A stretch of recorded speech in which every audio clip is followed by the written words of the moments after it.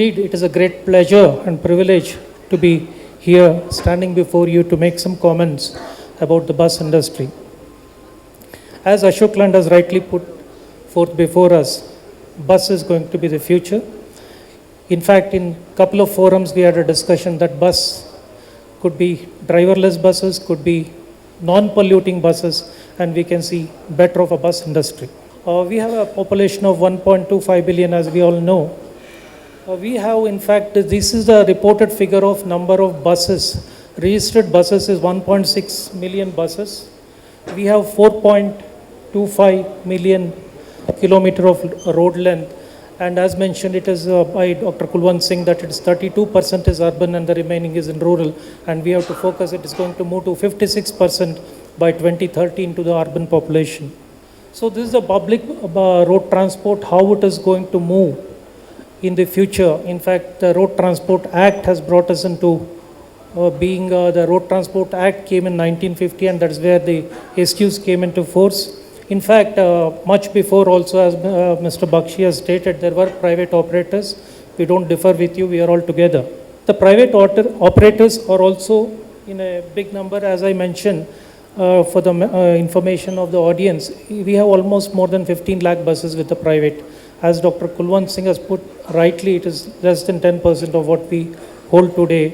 On the total fleet, we have more than 16 lakh buses, totally with private and public. Sir, you have rightly pointed out what is our neighboring country, China, as we have less than 1.5 bus per thousand population in India. And when we compare to our neighbor, China, they have 6 bus per thousand population. Mr. Bakshi has rightly stated, you had put the numbers, I am putting the numbers in bus per thousand population. We are nowhere near. Yeah. Sir, in fact, this is we want to sensitize the political bosses. You are the people who make decision. We are the people who guide us and take the country forward. That's the reason we are taking a little bit of your time to see that how bus industry is important to all of us today. And a comment was also made that this is a common man's approach to travel needs. This is the comparison, sir. We have seen South Korea, which is the highest number of buses. We have, in fact, I did not highlight some of the other issues, but still, you can see what is the number of bus per thousand population here. In fact, Russia and other places, when we see some of them, Turkey is very high, China is very high. Of course, Japan is still high. We are no way compared to them. At least if we compare to some of the numbers between China, we will be very good. Next. Sir, but the public transport growth, I would like to sensitize here. Mr. Venkataraman has made a right point. The growth of buses. For the last 5 years, we did not grow. I agree with you. But compared to rail, sir, today we carry, in fact, the secretary was mentioning how many passengers Telangana is carrying by RTC every day. We are proud of the Telangana road transport as well as the private road transport also. So the growth you can see from 1951 to 2013, the road transport has grown phenomenally from what it was to almost 90%. The rail transport has only grown by 10% year on year. The rail carries 25 million passengers a day, whereas bus transport Pan-India carries about 70 million passengers a day, sir. So this is where we, all of us, honorably request you to kindly look into the bus transport. As always, Telangana and southern parts of India are very strong in bus transport. And thanks to all the political sentiments and the leadership that has been prevailing in the most parts of the southern parts of India. So as I mentioned, sir, if we have to move from 1.5 to 2, if we are not even achieving the numbers of China, if we have to move from 1 to 2 per thousand population, we need 1 million buses immediately to meet the demand of the buses for what we want. So this is what we would like to highlight. The next slide, please. So of course, bus-based public transport, which is very strong in India next. The share has increased, as I mentioned, from 1950 to 2013, bus and the road transport has grown by 90%, whereas the rail transport has only grown by 10%. Next.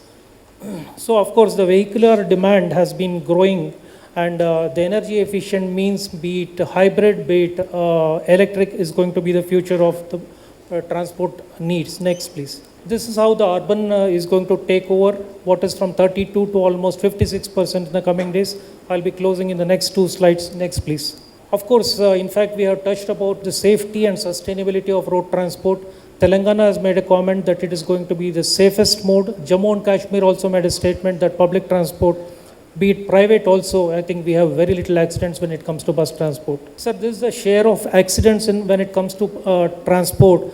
We are the lowest when we come to accident when it comes to bus. It could be private, it could be anywhere, anything. We can always see here.